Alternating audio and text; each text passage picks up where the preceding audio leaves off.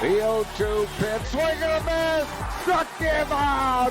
The Philadelphia Phillies are 2008 World Champions of Baseball. Good evening, everybody. Welcome back to a, man, I don't know, somber, hopeful, sad, encouraged, jumbled mess of an episode of the Phixated Podcast. I am your host. I'm your still shocked host, Mike Azzolina. And I'm joined by a guy who, I don't know what year. I didn't ask you your temperature. I didn't give you a battery check or anything like that. But where are you at today, man? We're what, 4 days removed from the ending that shocked not just us but the world. Yeah. And so where are you at? I'm still thinking about it because it's been brought, like, there's, we are at a lot of boys baseball games over weekends, and parents see me and they know that we're Philly people, and I got a lot of questions of how you doing, oh, that was tough. And then a lot of oh, well, you could be the Orioles, you could have, just good to get there.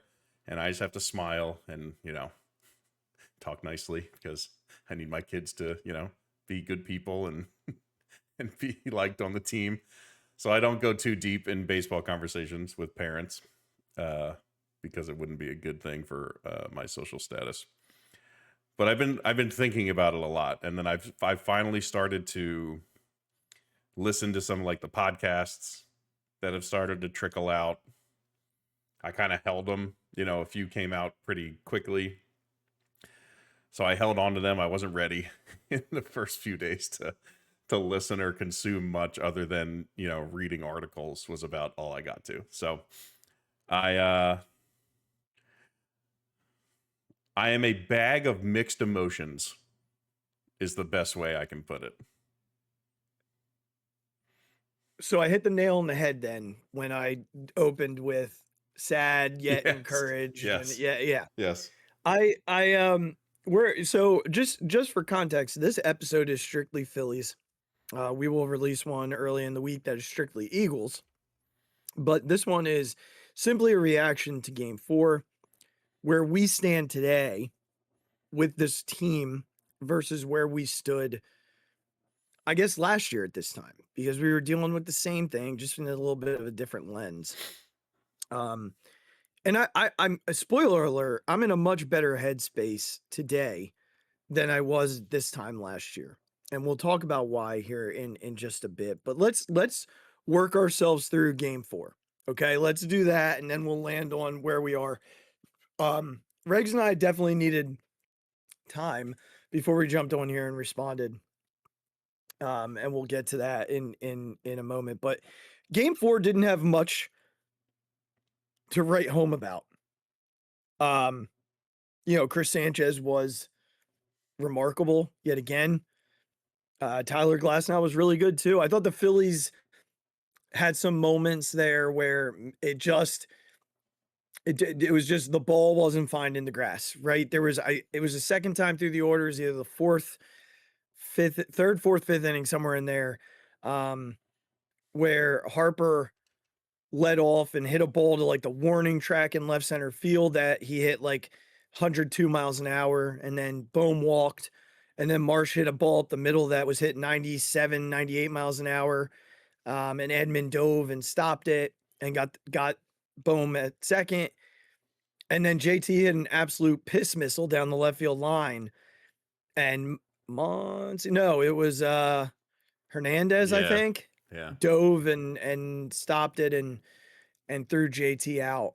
And so that one was 102. And that inning, I was like, man, when's it going to happen, right? Top of the seventh inning, they finally break through with a Casty double, 1-0 score at that point.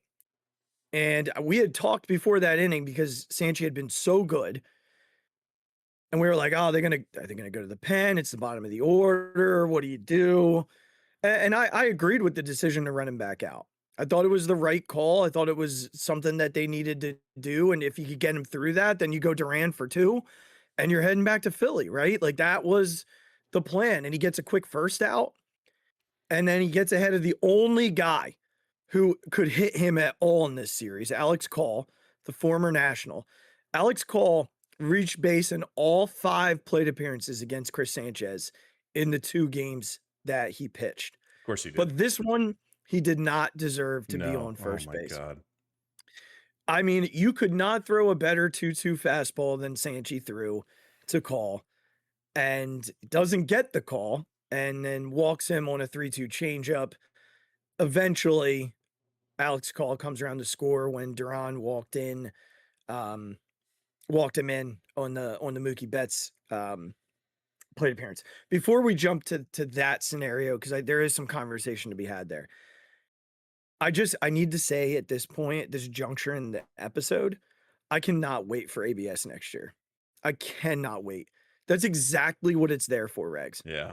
It was that moment right there is unacceptable. And arguably, Regz, it didn't cost them the game, but it certainly factored into them losing this game. Absolutely it did. Absolutely it did. And I think the more I've thought about it, it's sort of, this is the last step for Sanchez to sort of his acedom.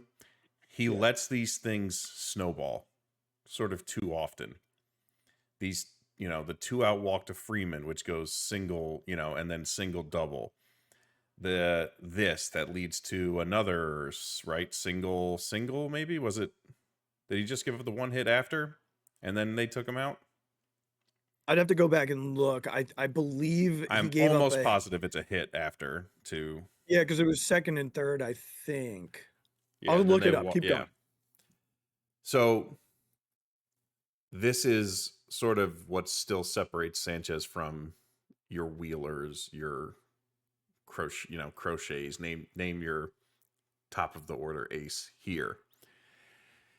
Is not allowing these situations to snowball. Look, you're not going to get calls all the time. I am not excusing this one. It was egregious and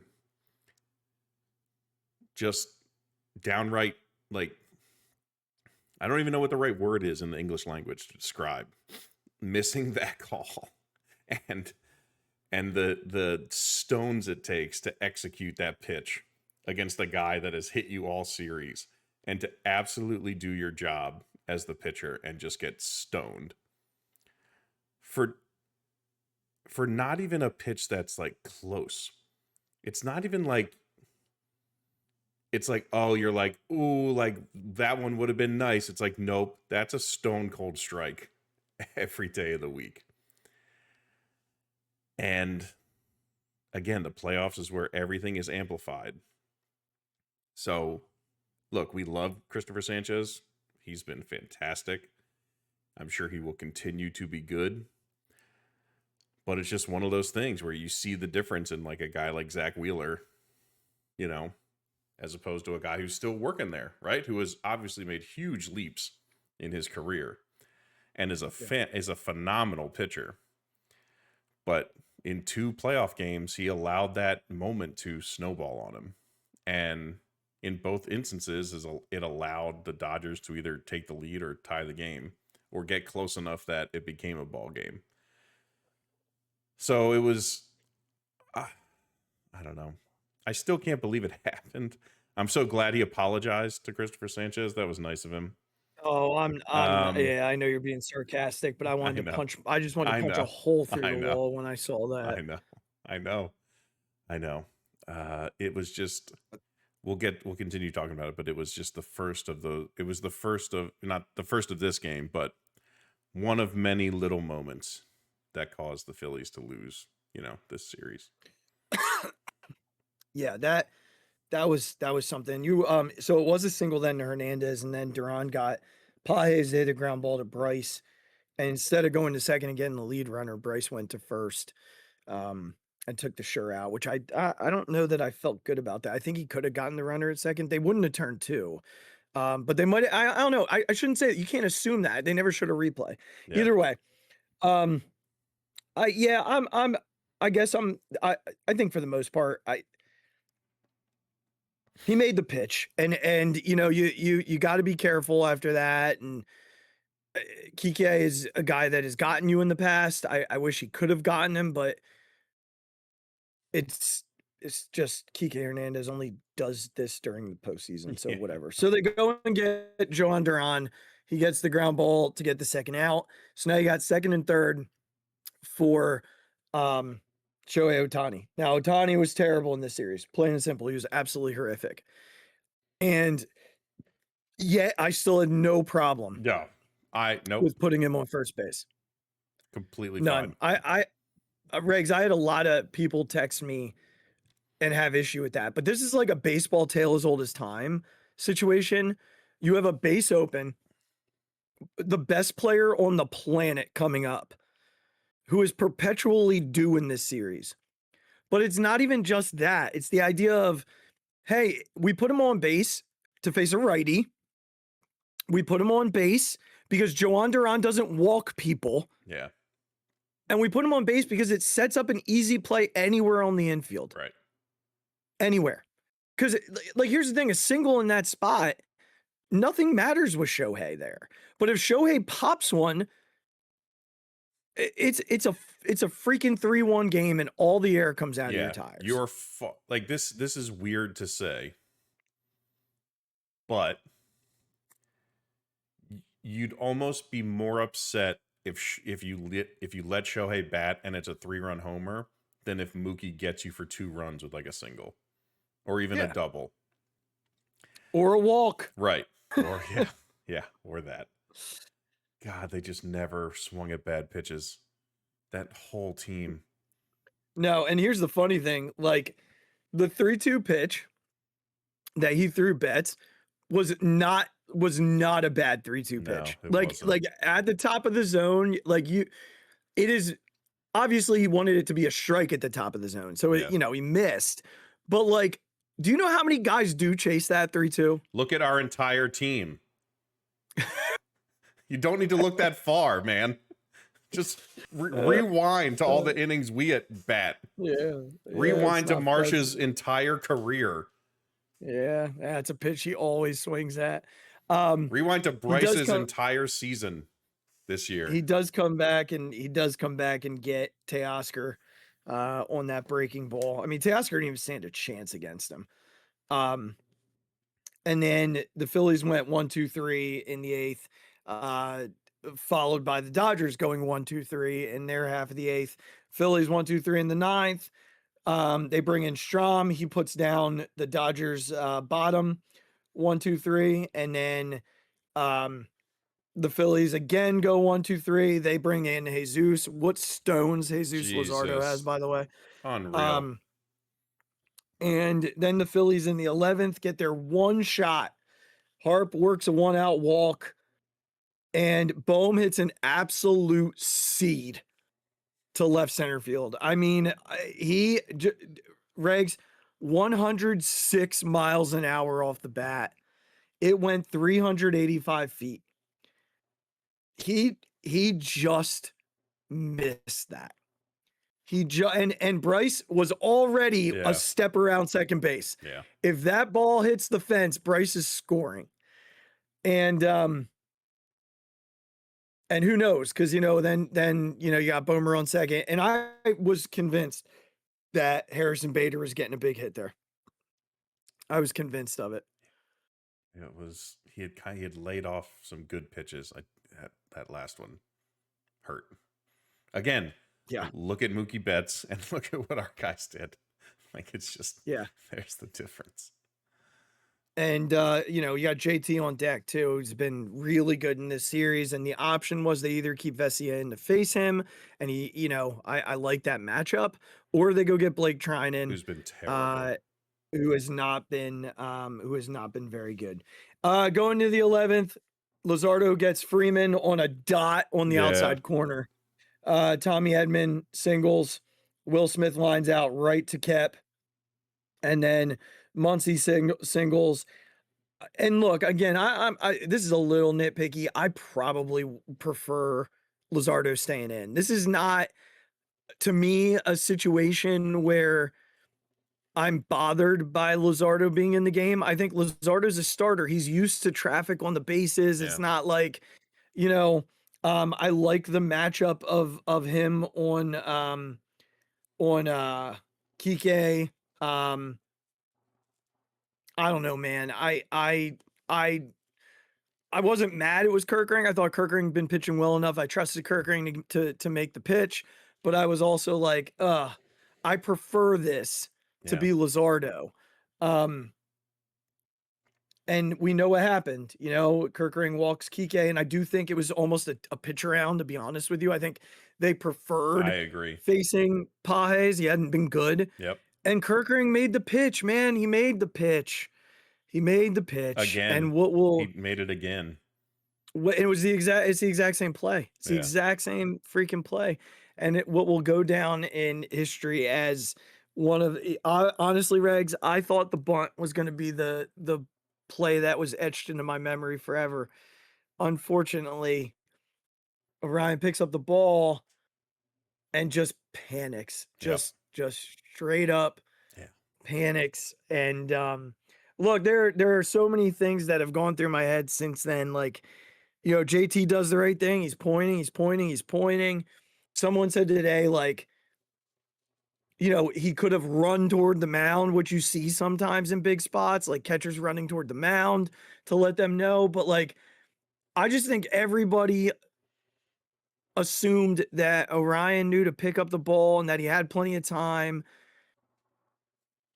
And he explained it after the game. He thought that his best play was at the plate. It was right in front of him. It was an easier throw. I don't know, man. It's so hard to sit here and be angry because look, I think we all know that the one person in the world angrier than all of us is Orion Kerkering. He's 24 years old. This is going to be something that's attached to him for the rest of his career. He's got a ton of talent, but it is going to be a really long time till that dissipates into the to the part of baseball history that we don't remember. Yeah, it was. I'm not sure I'll ever forget just the play, but then also my reaction, and I let all of my boys stay up. Oh, man. So we're all watching. I'm nervously sitting. We're all watching in our bedroom. And it happens. And I don't say much. But usually on these plays, the biggest thing I say is just take your time. Just take your time. Just take your time. Yep. I say it repeatedly on all these things back to the pitcher, even when they bobble it. And I wasn't saying it out loud, but that's all I was saying in my head. And as he went to pick it up, I started to like get out of the bed because I was like, oh my God, okay, they made it. They got out of it. And then he threw home. And he threw it to the backstop. And I went from on my feet to on my knees with my head in the mattress. I don't remember how I got there. It just was, I was up and then my face was in the mattress. Just going, what are we doing? What are you doing? I think it went from, oh no. And then it was, right? You're just speechless. And my 3 boys aren't silent very often as a group. But I don't think any of them were processing what was going on. Like my reaction plus what they were watching, plus they all know baseball enough to understand like, you know, what actually is going on, to the fact that this is how the Phillies lost, like all these things they were processing at these different ages. And looking at me and like, again, I wasn't screaming, like I wasn't like enraged. It was just I can't believe it. That's how we lose. And it was, like you said, one of those things that I'll never forget. And then I told my oldest, because after his other two brothers had left the room to go to bed, he's just like, I forget what he said, but I was like, buddy, welcome to being a Phillies fan. Yeah. I was just like, there welcome. it is. I was like, welcome to it, bud. I was like, Yeah. no one will ever be able to explain what just happened, but it happened, and it happened to us, as these things do. And it just is one of those things that I guess now is a good enough time to talk about it. It's not the perfect way that can be explained is that single play is the reason they lost the game. Orion Kirkring is not the reason the Phillies lost this series. Like, they don't get sent home because of this one play. And I truly believe, that team sports are won and lost as a team. That individual performances can contribute to losing because that's how it works. But there's very few things that are one moment that win or lose you, team sports. And I feel terrible for Orion Kirkring, as like, I often forget how young some of these guys are. Like, I think Kyle Schwarber's 42. He's younger than we are. And he's like 24 years old in Dodger Stadium with the bases loaded and 2 outs of a playoff game. And if he fields it cleanly, we're not talking about this, but it hit his leg and he panicked. And it sucks that his biggest failure was in front of millions of people. I appreciated how his teammates handled it. I don't know if you saw Adam Wainwright's tweet about it. I thought that was a great sort of encapsulation of how the Phillies as like a team handled it, from a guy who has plenty of playoff experience, is a World Series champion, all those things. It was just, it's up there with, the first thing, my first core memory as a Phillies fan is Joe Carter's home run. And this might be my boy's first core memory of the Phillies. The thing that really sticks with them. Like, look, we went to a World Series game. Of course, we were at the no-hitter when they played the Astros. Like, we were there for me and my oldest were there for the Reese home run. We were there for the Bryson Stott grand slam. We were there for the San Diego game where Reese had the 2 home runs, and, we were down 4 and then up, and then, all that stuff. So that'll be mixed in there, but they might be talking about this with their kids someday. And it's crazy that stuff that happened that way. And I can't, it's just one of those plays. It's one of those things that will never go away. I was in similar fashion to you. I was sitting on the like the chaise of our couch. We have like an extension on our couch, and that's usually where I watch. And I was sitting like upright, and I actually had my knees like pulled in because I was getting ready to get up. And so as soon as the ball was hit, I started scooting myself forward because I was like, all right, there you go. And I was like, all I said was, when I saw it kick a little, I was like, one, which I do. And then what happened, and I froze, and Andrea was to my right, but sitting like further down the couch, and she goes, oh my God. And she goes, what just, and I was totally speechless. Regz, I said to somebody on social media that, posted about it, like, if you would have given me 100 guesses for how that game would have ended, how this season would have ended, Yeah. I would have never guessed. Yeah. E1 Yeah. fielder's choice. Yep. This wasn't on the bingo card. That's for sure. No, it's such a heartbreaking way to lose a game. It's heartbreaking for him. It's heartbreaking for us as a fan base. But to echo what you said, I was very proud of the players. And, we've given Nick his grief on this show, but instead of running right into the dugout, he ran through the Dodgers celebration and walked off the field with Orion. JT walked out there with him too. Topper met him at the top of the steps. Ryan stood in front of the media and answered questions, didn't hide, didn't say no. Afterward, went back out to the dugout and sat and stared out at the field. And Kyle Schwarber went out and put his arm around him and sat with him for a little bit. Told him to stop staring and that he's going to be fine. The questions and the angst and frustrations that happened initially from the fan base are fair. I mean, they're valid. It's exactly what you expect. But I think when push comes to shove, even I thought, like, can Orion ever pitch in a Phillies uniform again? And if I know anything about our fan base, it's that the first time he takes a jog in from that center field bullpen, it's going to be met with a standing ovation. He's not going to be met with boos. I mean, there'll be some idiots who don't understand the human nature of this game. Yeah.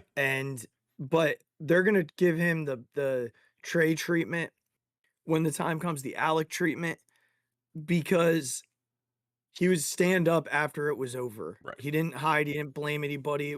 I made a mistake. I thought it was the right decision and I screwed up. And it was I think he called it a shit throw. Yeah. Horseshit. He plainly admitted that, like, the moment got to him.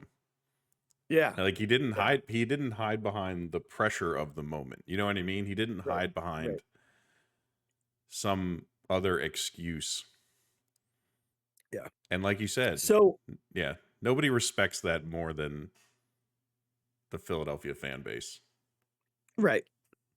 So as I sat and just absolute devastation, and I am still, I just can't believe the season's over, and I can't believe it ended that way, and all this and that and the other, and after Notre Dame ended last night, I went into the kitchen to clean up dinner, and it was like 7:30ish, and all I said to Andrea was, we should be getting ready for Game 5. Like, we should be cleaning up and getting ourselves comfortable to watch Game 5 on the couch. And we're not. But there's, like, I think a lot of that angst comes from how it happened. Because, Regz, I thought this team would be the one. I really, really did. But I am not at all mad at them this year. I'm sad, but I'm not mad. Last year, I was furious with them. I was furious with them for the way that they lost. The way they lost to a team that was not better than them. The way they lost and didn't seem like they put up a fight at all. And I just don't feel that way about this team. I don't feel that way at all. They had the tying run on base on last Saturday night. They had the winning run at the plate on Monday night.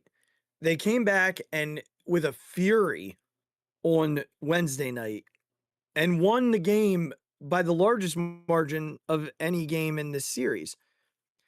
And I know there were a lot of frustrations about the offense, especially in Game 4. But God damn it. Like, you've got to be able as a fan to recognize that you're going to have to win games 2-1. This is like playoff baseball is not all of a sudden everybody scores 9-10 runs. It's not how this freaking works.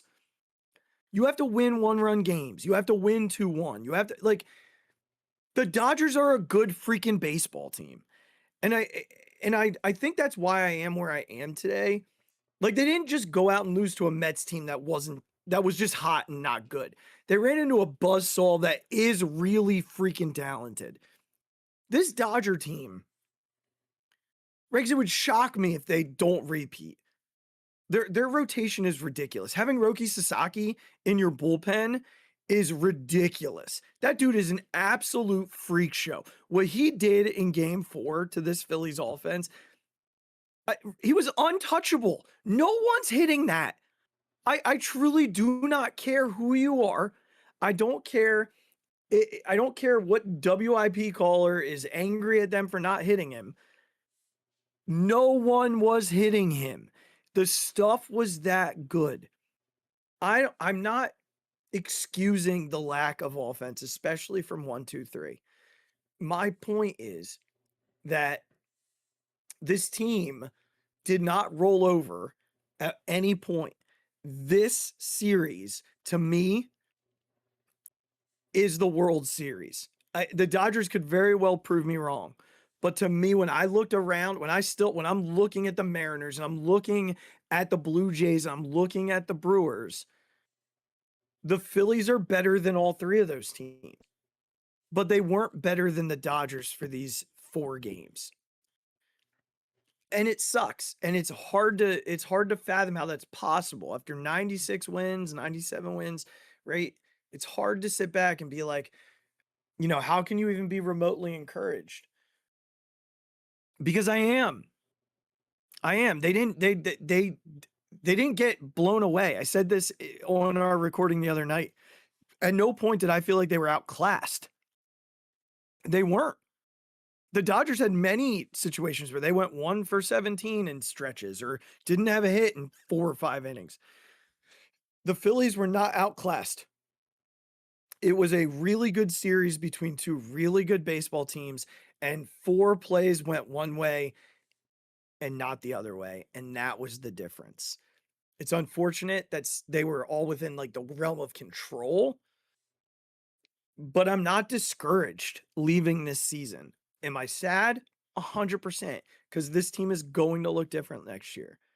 But I'm not discouraged. I'm not mad. I'm just disappointed and sad that this is the end of this season and potentially the end of most of this core. Yeah. Disappointed is my word. And I think I want to be specific about that word. I'm disappointed in a bunch of little things. I think last year, justifiably, you could be angry at everything. Like everything from top to bottom on this team. Because of all the reasons that you laid out. This series, I'm disappointed in the little things. I'm disappointed that we couldn't get 1 or 2 things to go our way to at least push this to a game 5. And then look, some team's going to win, some team's going to lose. If you're the team that loses and you fought and you played well and it just happens to be that way, like you said, this is probably the 2 best teams in this entire playoffs from either league playing each other in the divisional round. I'm disappointed that that's the case and we didn't meet the Dodgers until the championship series. I'm still a little bit mad about the last series of the year when the Reds were beating the Brewers and we decided we didn't want to try for the 1 seed. That's a different conversation. But it's more little things. It's not a team-wide anger and frustration. And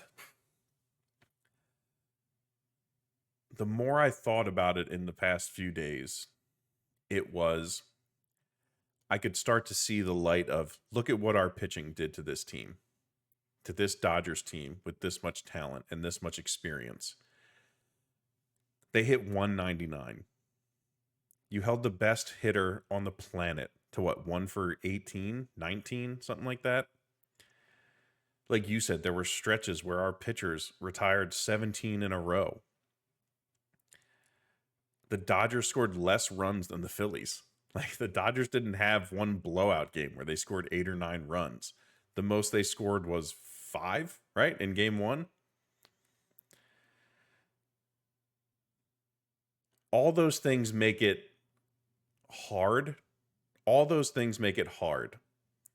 Because when you have a performance like that and you hold a team like that and an offense like that to the numbers that I think Zalecki said on their pod that the Dodgers had the 2nd worst OPS ever in baseball history to still win a playoff series, a 5-game series, divisional or back when the championship series was 5 games. They're the second lowest OPS to ever win a series. The Phillies had a higher OPS in these 4 games.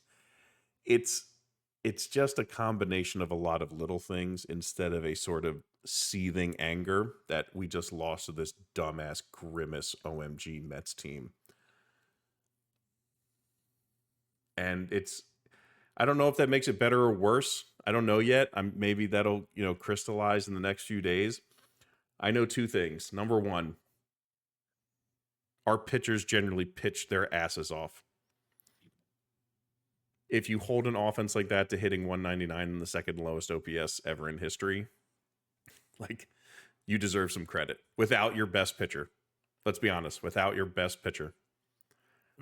And I swear to God, if the Dodgers don't steamroll every other team that they face this series, I'm going to be upset that they turned it on to play us and then decided to play like crap against the Brewers or whoever else they might play.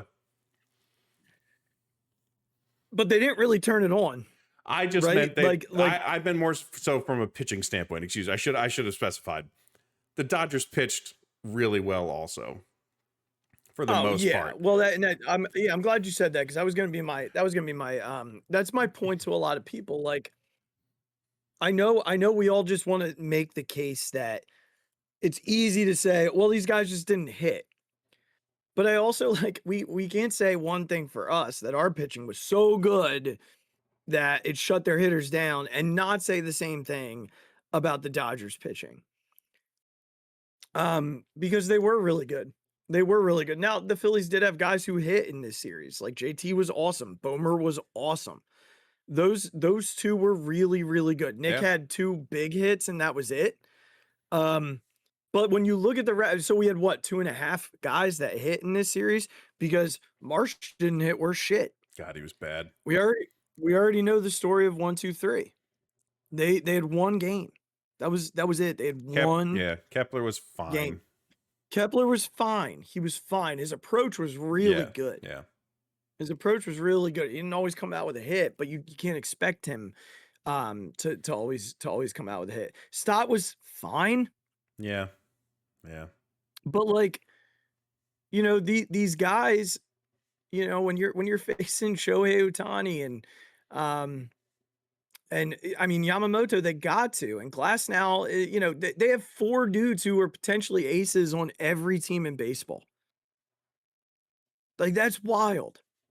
And not to mention that they, I know their bullpen isn't that good, but when you're able to just roll out Sasaki, yeah, right, a bunch of other starters that are really good, and you don't even have to for use 3 them. innings, and that Sheehan kid stuff is really good too. It sucks. I get it. We're annoyed, but overall, my feel is still very positive. Leaving this series, it was not on Thursday. I was devastated and wasn't able to speak, but I mean, we're not in the same space as we were last year. The only part, and this is an every year thing, is that it is just such a long way to get here, and we got to start it all over. And with that being said, there's an off season to jump over to, and we are doing a very early reactionary stay or go with this group. And I'm going to run through. I have a list of 8 names here. I'm sorry, 11 names here that I just want to work through and talk through. Names that I think hold value to this team. It's not, we're not digging into the Timmy Mazes of the world or Lou Trevino here. It's very high level stay or go. Yeah, we're really talking about guys who could come back and help this team. So let's start with a couple of lesser names. Some of these are free agents, some of these are guys with trade potential. Let's start with a free agent. I don't know what his plan is for the future, but he's someone that's at least a talking point. That's David Robertson.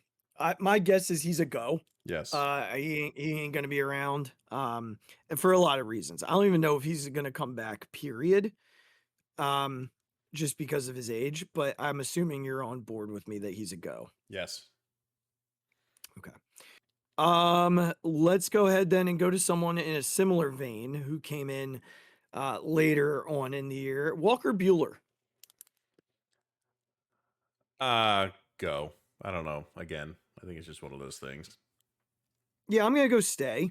Okay. I think there's enough upside there to keep him as depth, and I have a reason for that here in a little bit, and that actually we'll just go right to it. Taijuan Walker. Does he technically have it? He has another year, right? Yeah, he would be a trade piece. I think if they can go, I think if they can make it happen. I think for 1 year around 18 million, I think they'll try and they'll take some money off of that, but there are enough pitching desperate teams out there, and he had a good enough season. Yeah. That they can, and that's where I think the Buehler, like bringing Buehler back on a 1-year deal to take on that role and sort of float between bullpen and starter Mm-hmm. would make a lot of sense. But I have go as well for him. All right. Jose Alvarado has a team option. I think it's a stay. They need lefties. Like they need. I actually don't think they do. I'll be honest with you. Like I have him as a stay too, but I don't think it's because of that.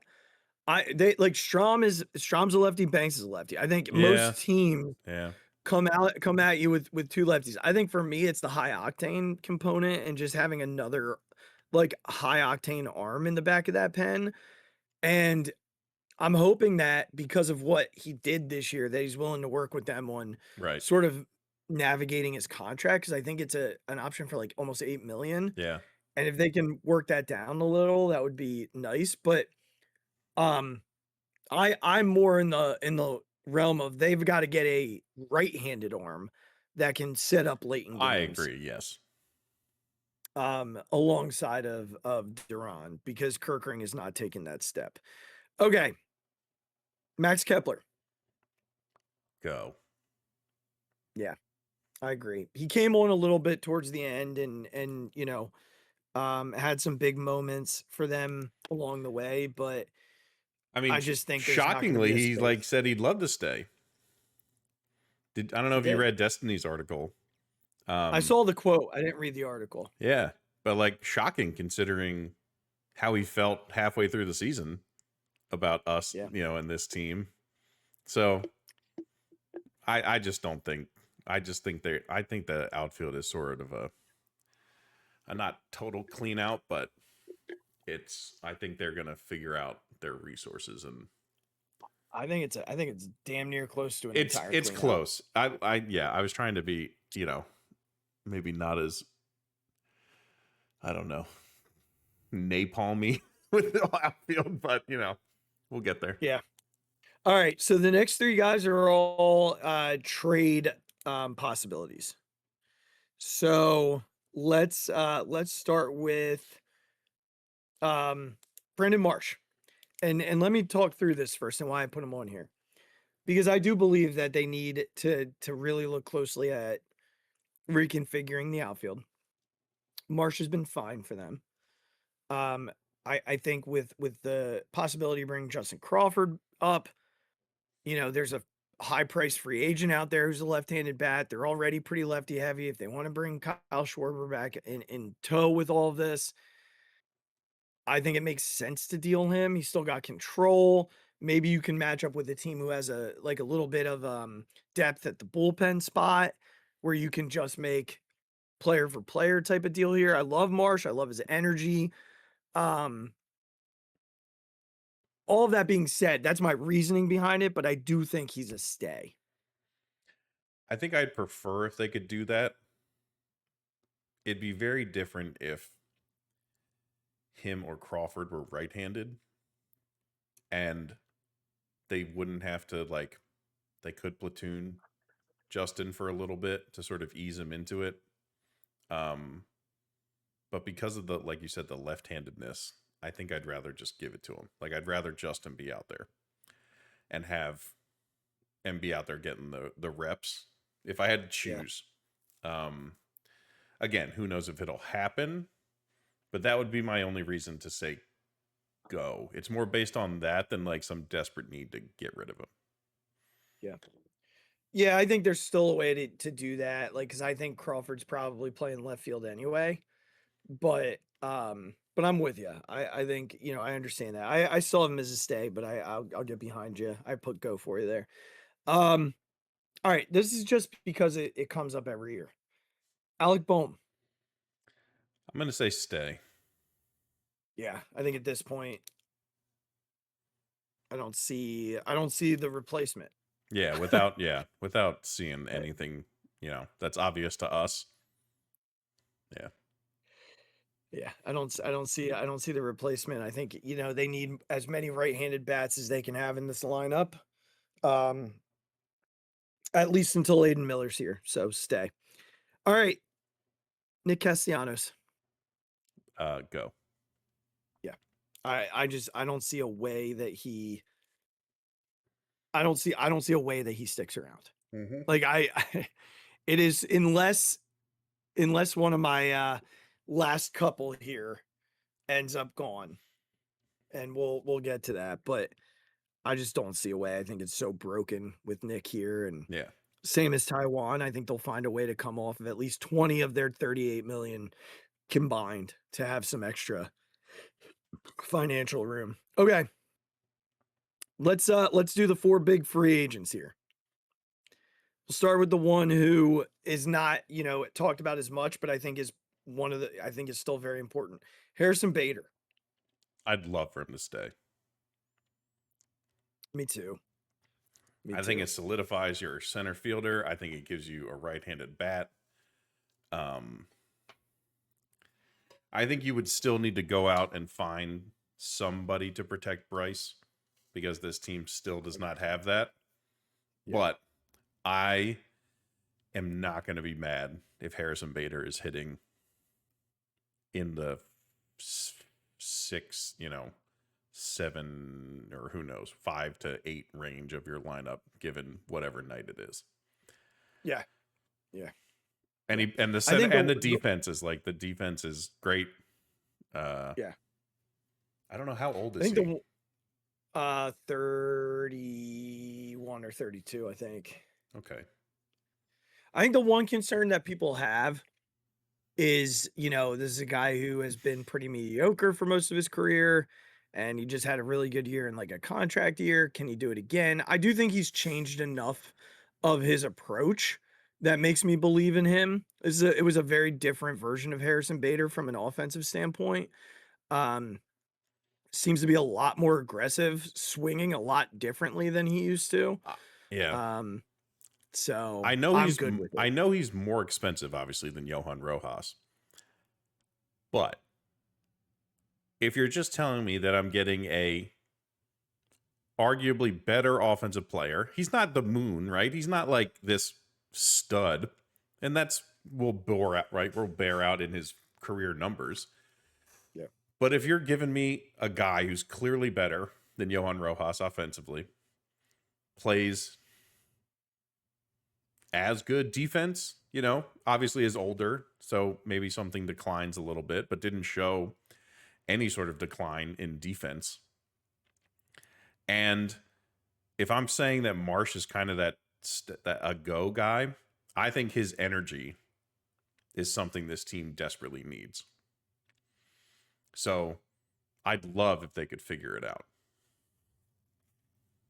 Yeah, I think and I think there's a world where they do. I think he loved it here.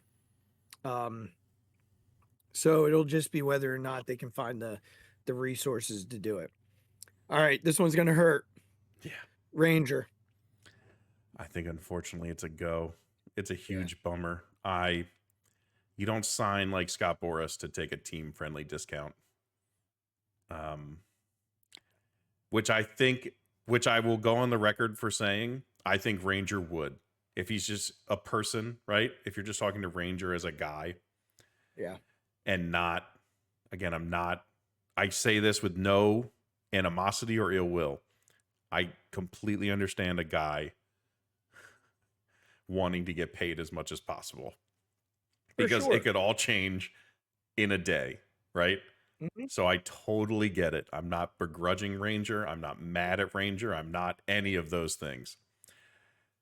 I think if you had Ranger in a personal moment, he said I would take much less to stay on this team. I don't think that will happen, unfortunately. There are too many teams that need starting pitching.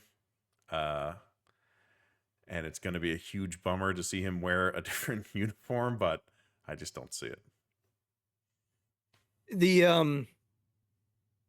It is, you're right. I think what you just said is perfect. It's gonna be a huge bummer to see him in a different uniform. But I also want to take off the, love is blind. Like we love Rangers, so sometimes seeing the warts on a guy is hard to do.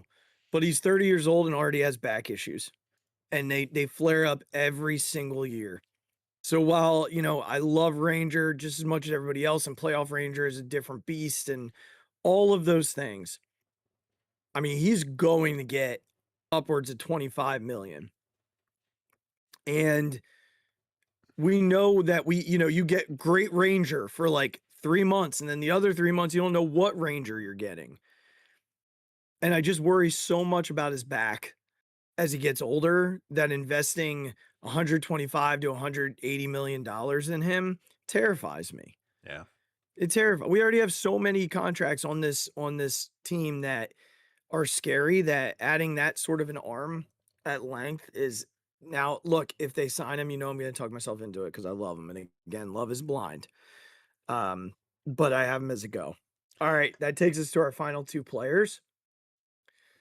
And this is about as heartbreaking as it gets to have either of these conversations, because you just want it to be a stay. Kyle Schwarber and JT Realmuto. Yeah.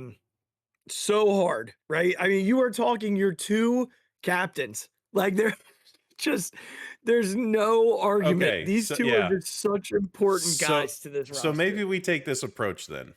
I think we both, in our heart of hearts, want to say stay. Right? Right.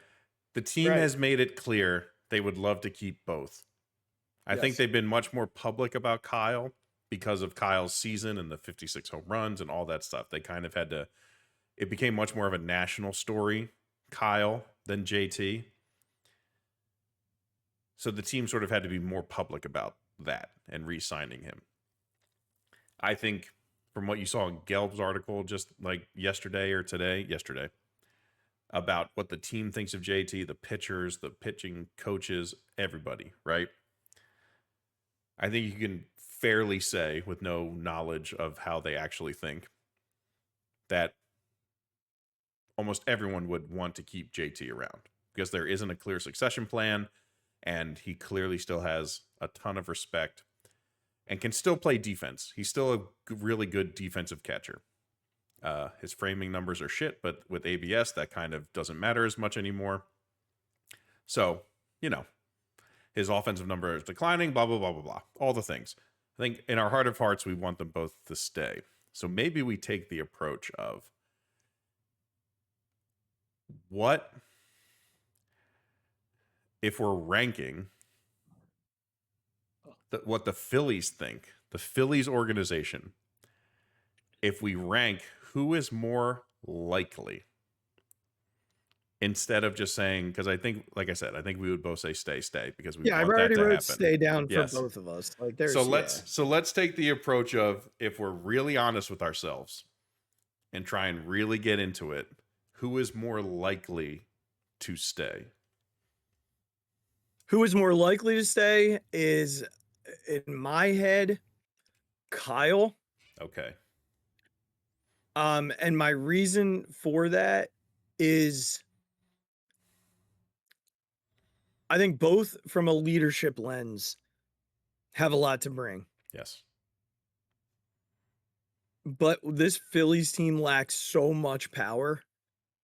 If you take Kyle Schwarber off of this team, and unless you can promise me that you're replacing that power with a combination of like Kyle Tucker and Pete Alonso, then like, I don't know where it comes from, because it ain't coming from JT Realmuto. Yeah. So from a team standpoint, the argument exists here. Leadership is even. Yes. Now, JT brings this level of defense and comfort for the pitching staff that, Kyle can't because he doesn't play defense. Which I think factors in more with how the Phillies pitching staff is set up than maybe some other teams. They're a much older group who obviously take a lot of value in throwing to that guy. I mean, I don't know. There's 2 guys who are older, but the other 3 are all going to be like mid-20s or younger. So maybe I'm thinking like your top end guys. Like Wheeler loves pitching to JT. He doesn't pitch to Marshawn well. You know what I mean? Yeah, for sure. Yeah. I think, and some of this just comes down to straight value that we don't really know. Yes. I know what people are saying that Kyle is going to get, and I'm also sitting here like, there's no way teams are giving a DH who he cannot play defense $30 million. The teams that spend, let's just run through the teams that spend. The Dodgers, no, because what are they going to do with Ohtani? Yeah. Right? The Mets, makes them incredibly left-handed. So probably not. Plus, and if they could, they would make Soto DH. 100%. Yeah. 100%. And I think that their focus is going to be on Alonso anyway. The Red Sox, I guess there's potential in Boston. I can see them potentially doing that. I think that there's real legs to that. The Yankees, no, because what's he going to do there? They have 4 DHs as it is. The Cubs, maybe. I guess there's some potential there because I don't think that they have a true DH. I don't know that they'd be able to spend as much as the other teams. I know the Reds have been tossed around. There's no way the Reds are spending that. So there's value there. On the other side, there's JT, a guy who, you've already named all the intangibles and the tangibles. But when it comes down to it, what's the value of a 35, soon to be 36-year-old catcher? Is it 10 million a year? Is it 15 million a year? If it's anywhere in that world, the Phillies will happily offer that. But if there's a team that's going to go and overpay and give JT 18 to 20, I don't think that that's not sensible. Yeah. It's not sensible. And Regz, I wouldn't want that because we've got other things we've got to figure out. And you can go and trade for a younger, like what they did with JT. Yeah. But in my head, I would not be able to get past $15 million. I just would not be able to do it and do it without an alarm going off in my head. He's going to be if you sign him for 3 years, 30 million, he's going to be 38 at the end of that deal. Yeah. Not everybody can be Salvador Perez, Regz. Right. Right. And maybe JT can. Maybe he can. I'd have to see what Salvador makes. He's certainly in better shape than Salvador. God bless him. That's what I was just going to say. Maybe Salvador Perez's deal is the deal we need to look at to see what's failed for JT. I don't know what his deal is. Yeah, that's exactly what this is the exact deal that I think JT should get. So actually, how old do you think Salvador Perez is? 35? He is. He's 35 years old. And he is in the final. He's got a club option next year. He played his ages 32 to 35 seasons, making 13 a year. He had signed a 4-year, $82 million deal. If the Phillies offered JT, so that's average salary 20 and a half, but that's not what it was in terms of what he was paid because of the year. option, right? Yeah. So if you look at JT and say, hey, 3 for 40, that's about 13 a year. I think that's more than fair. That is more than fair for a 35-year-old catcher. JT's already made his money. Right. Who's declining who's declining offensively and all those things. I think that's the fair deal. All right, two more and then we gotta get going. Yep. All right, and these are not players. Kevin Long and Rob Thompson. Now let me just throw something at you here. Firing Kevin Long probably lessens your ability to bring back Kyle Schwarber. Yeah, it's why I think he'll stay. I'd like him to go. I think both stay. I think Thompson stays. Yeah, I think both stay. I know where we are all at with Rob Thompson. I can't see a world that they're going to be able to come out and say we're firing Rob. Yeah.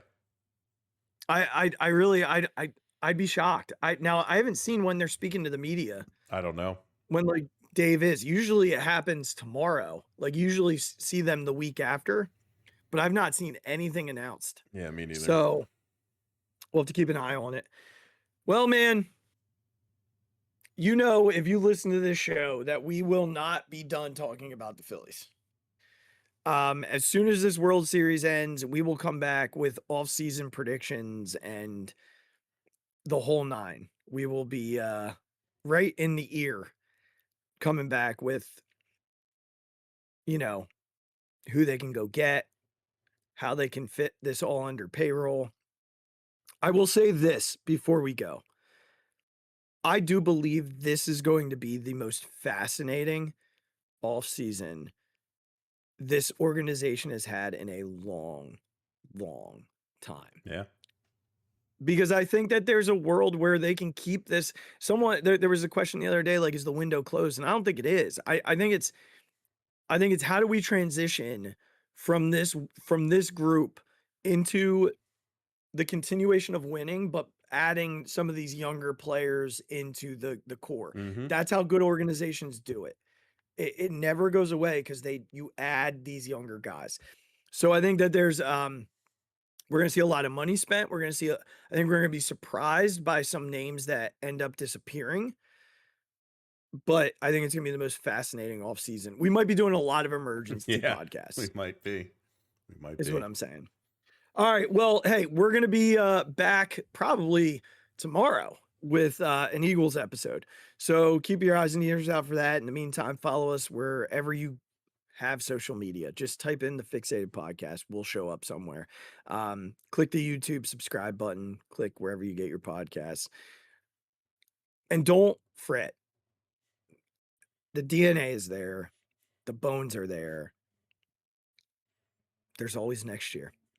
Thanks for an awesome season, Phils. See everybody. Oh my God! Deep to right field, way up there and way out of here. The Philadelphia Eagles are Super Bowl champions. Eagles fans everywhere, this is for you. The 0-2 pitch, swing and a miss, struck him out. The Philadelphia Phillies are 2008 World Champions of Baseball.